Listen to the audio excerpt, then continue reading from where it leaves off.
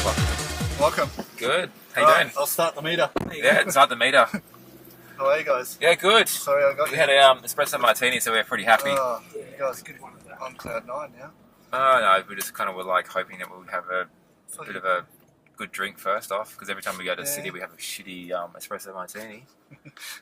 Thought you guys would be having some beers and getting into the mood. Got to drive tomorrow morning back from the airport back home. Not as that far, but it was just easier for my wife. She's pregnant, 7 months pregnant, so she was like, "You just drive to the airport and drive back."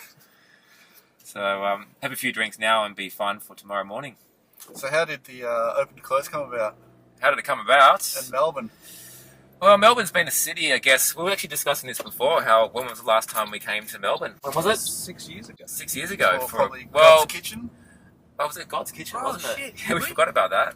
We did. Yeah, it was God's Kitchen. Yeah, you're right. That's right. We played in the second room of God's Kitchen, so it was a bit. Forgotten about that. What year was that though? Because I was on the 2011 same or 12? bill, and I got put on for 6 a.m. Yeah. I was like, Jesus Because they had the Christ. the main arena, and they had the small side, like the classics Yeah. room thing. Yeah, that's right. That was then. See, that was so memorable. We remembered it. About that. But yeah, no, What that year was. was that though? What was that? 2011 or 12?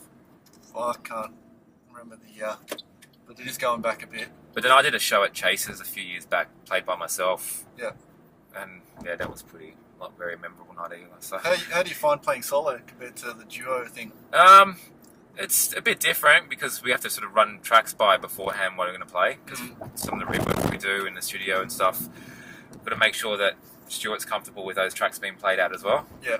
A little bit different dynamic. Obviously now getting back into playing together, it's finding our groove again. Yeah. Stuart loves the flanger. I don't like the flanger, but hey, Yeah. we make the most of it. But it's been quite good because we can road test some new tracks and. So I'm taking you guys to it's a Greek donut place. Donut place. It's called Lukamades. Yep. Yeah.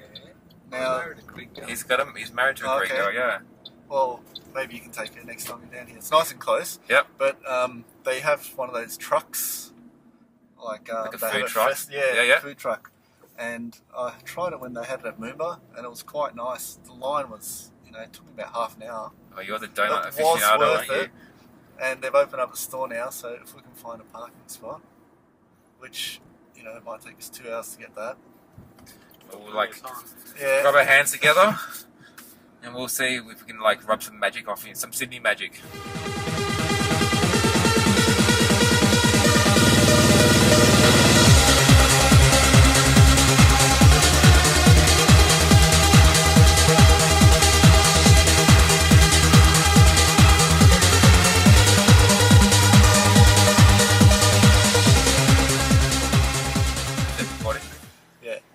I thought it was supposed to be a red light or something. Oh, it's up top.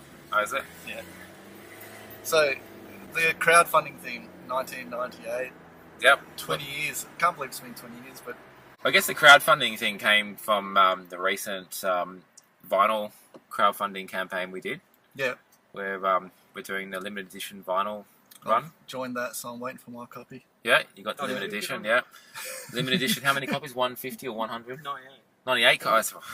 Yeah. See, we should have done Smart 1998 copies, and it would have been like rolling in the old Bitcoin cash The here. limited edition ones would really struggle because they were quite expensive. But Everyone they wanted them. flew out the door. Yeah. So we couldn't obviously do more than that, but It's it would an have been investment. great. Exactly, it's an investment. So that's so we did the successful crowdfunding, and then we sort of thought, obviously Gabby on Dresden did one recently with they've their got album, their album, yeah. and we've been toying about the idea of an album for a while, and we thought, well, we'll do an sort of original, like our original releases album, because we sort of fair in between have done any original tracks. Yeah. All we've done is remakes and remixes lately. Yeah. And we thought we'll sort of test the waters with a crowdfunding campaign to get that album happening next year for Because the limited edition thing, crowdfunding, that actually was really successful, wasn't it? Because it surpassed what your target was by a fair bit. Yeah, yes. And that's, yeah, that's great when you Amazing. get support like that. But obviously that's a small part of what we want to do for next year. And the vinyl release is something that everyone wants to be a part of and I think- have in their collection. I think, to be honest, we always wanted to do something a bit special with 1998. Obviously, with it coming up to being 20 years old, and that just felt like absolute right thing to do. So, and it worked out really well for everyone. Matt and Ireland over the moon. So yeah. Now it's undoubtedly your biggest track, right? Yeah. I guess it's kind of like in that Doughnut Sandstorm, Paul van Dyk for an Angel.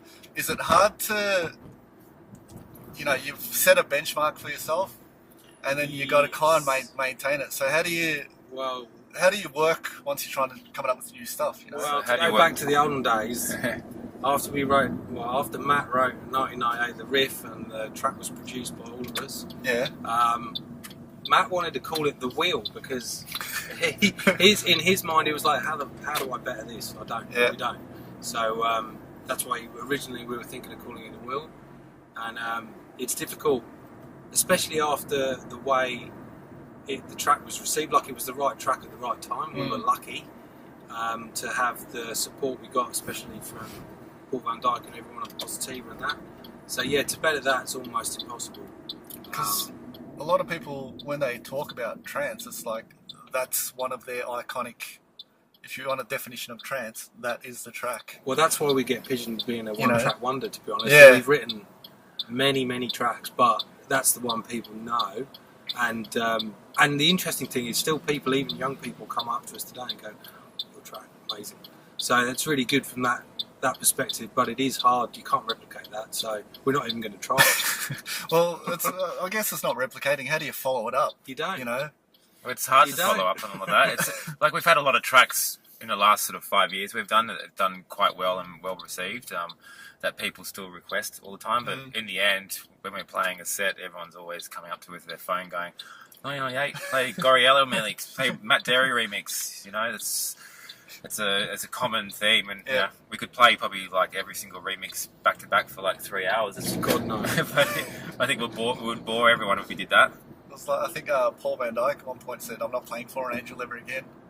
But he does now still. Yeah, he does, It's like he's forced to play his tracks from that. It's like any band, I guess. Like it could be Coldplay, or you could be I actually Oasis. think it's probably a bit of a love-hate relationship with anyone who's had a track that's been quite popular or lucky enough to be quite popular, because you love the track and you hate it at the same time because there's pros and cons to everything. But for us, we're still humbled by the feedback we get when we play it out, and the feedback we get through social media or when we're at the club. When we play it, it's quite incredible, to be honest. We feel very lucky that we're still able to get that sort of thing 20 years later, to be honest. Yeah. I guess we're kind of lucky with the brand name that we get a lot of artists who want to remix the track, so that gives the longevity. Yeah. So even though there's been a lot of remixes, like how many? 23 official remixes, and Probably a million 500 bootlegs of it like that, and covers and everything like that. It all brings together the longevity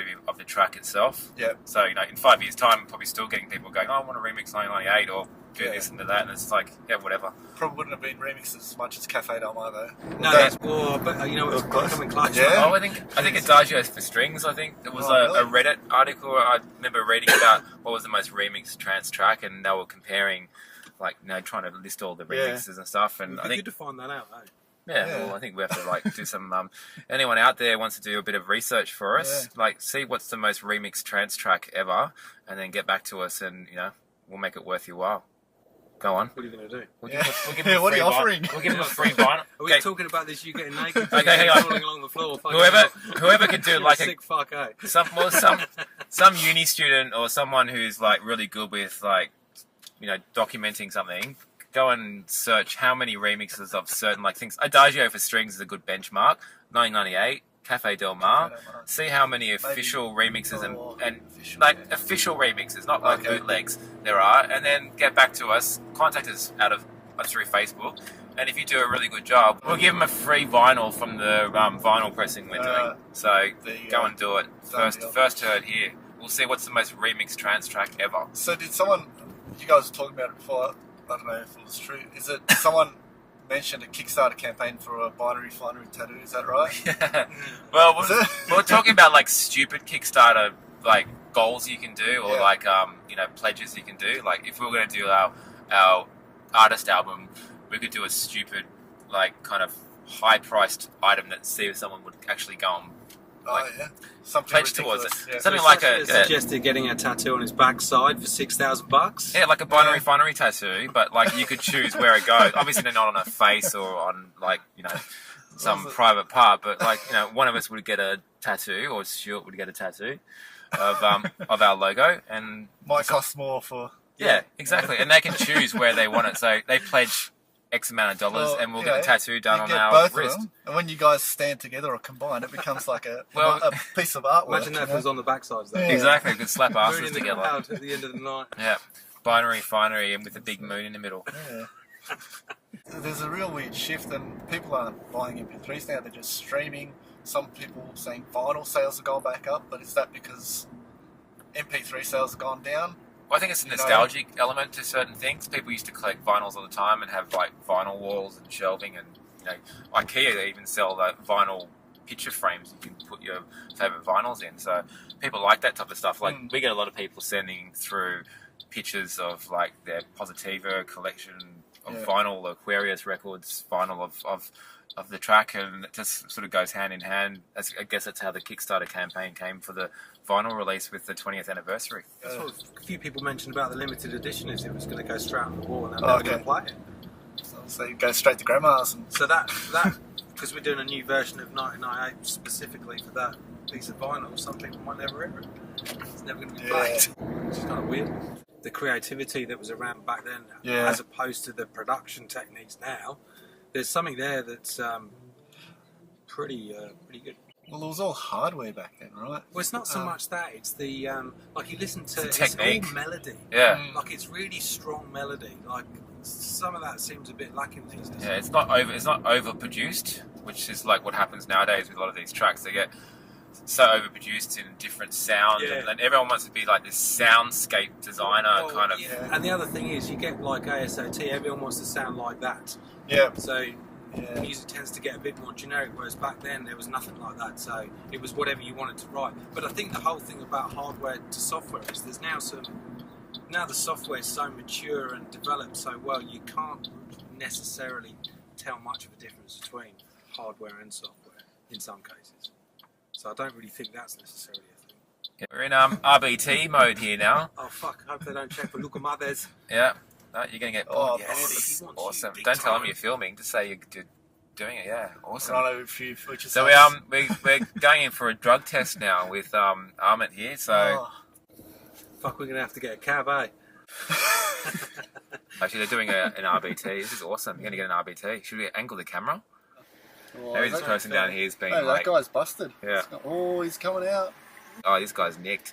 Poor kid. Oh, mate, this guy's a tradie who's had his last beer. He's had a couple of beers. I know, just knocked off from work. Double demerits as well. So we can do like the voiceover.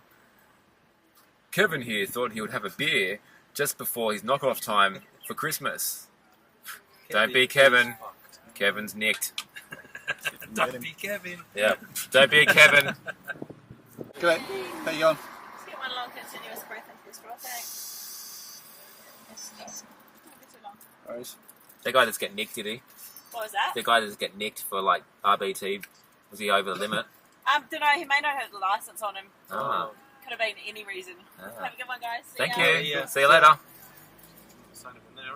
Yeah, didn't give us much info. I know. She was like, yeah. Well, I didn't have she didn't ask me for my license. I know. So I think we pay their wages, eh? exactly. Well, you should have told her that. No, yeah. Then she'll be like, you guys are. Yeah, come here. Yeah. Let's do a road wheel in this car. They'll start smashing your license. Going, your lights out. Yeah, they usually ask you for your license all the time in Sydney. Yeah. Did she ask you for your license then? No. So you guys are planning another big tour for next year, right? Yep. In Basically talking April next year. Yeah. We're doing another open to close. Well, not so much open to close set, but we do an extended set. Yeah. This time we've got a special guest who's coming along for the tour, which is, are we allowed to say? Just say he's remixed. He's remixed 1998 before. Second name could begin with a D. Yep. His first name an M. Yeah. I guess people can guess that one pretty easily. So yeah, he'll be joining us for two cities, Sydney and Melbourne, next year in April. I believe you're playing as well. Yeah. Play? I'll be there. Yeah. He's like support on the tour. So there, Mr. Ahmet here is going to be on the tour with us, doing both shows, Sydney and Melbourne. I charge 1 Bitcoin. 1 Bitcoin, yeah, exactly. And we only transfer to your wallet to wallet, right? Yeah. Yeah. We only accept Satoshi as a QR payment. code. Yeah. So be prepared to That's what you should do. Be the First most event. Bitcoin. Bitcoin. Yeah. Well, Satoshi, isn't it? We should create Ravecoin. Ravecoin. Oh, there you go. No, Transcoin. Yeah, true. Yeah. Dance coin. Dancecoin, yeah. Cover EDM, Electro House. Exactly. Dancecoin. Dancecoin. That's it. You heard it first. With a new cryptocurrency called Dancecoin. Take over Ticketek. To them. At the big events, have you ever walked around the crowd and things like that? Oh, we definitely we don't just hang backstage and drink beer and vodka. Well, we do sometimes. Crystal. Yeah, Crystal, yeah. No, we do like to get amongst it and talk to people. We generally have a lot of people we interact with through social media that we would meet up with. We get a lot of people going, "Oh, do you want to meet up if you're in town? Go and have dinner, or go and have drinks, or can we come in early and see a show? Come and hang out with you guys." And we're pretty casual kind of guys, and we welcome the company in certain cities. Yeah. And to be fair, with Dreamstate, because the production was so amazing, we were out smack bang front and centre and right at the back, just sitting down watching it. So we were with everyone. Yeah. And there was a vibe on that event as well, which really reminded me of the early vibe back in the UK, sort of mid '90s. Real kind of raw. What's the word? I don't know. It just Genuine. had that vibe about it, like a naivety. That's the wrong word because that's a kind of negative word. But it was I don't know. It was beautiful. Innocent? The vibe was just something I haven't felt for so long. Well, did people have their phones out and record everything, or were they Not just so much. in the moment? Nah, not so much. It was just, I don't know. I saw a lot of, difficult to really describe it, but a lot of things that I used to see happening that I haven't seen for a long time, like people with tiger balm massaging each other and stuff. Like, I know it's a silly thing, but I haven't seen that for 20, 25 years. You've got a red light on this one, by the way. Battery's going low. We're talking too much. Too much chatting about trends.